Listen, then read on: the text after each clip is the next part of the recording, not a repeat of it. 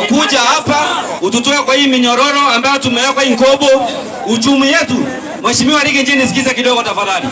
Uchumi ya hapa Nkobo iliharibika kabisa. Ndio. Wakati tulitolewa university ilikuwa hapa, uchumi yetu iliharibika kabisa. Kwa hivyo ukileta serikali yako, tunakuomba utuletee university hapa ndio tupate pesa. Sisi tunashindwa kwa nini? Mbunge wa hapa tukimwambia leta title deed ya University ya Marimba, anapewa vijana pesa kidogo kidogo ya kuharibu mkutano. Ya kurusha mawe. Ile kitu tuko naye hapa Nkobo peke yake, ama Mkwene kabisa. Ni njera yake mito na koti ya Nkobo. Huko prison pekee. Kwa hivyo ukichukua serikali, tunakuomba utuletee institution hapa ndio pesa tupate ya kigeni. Asanteni sana.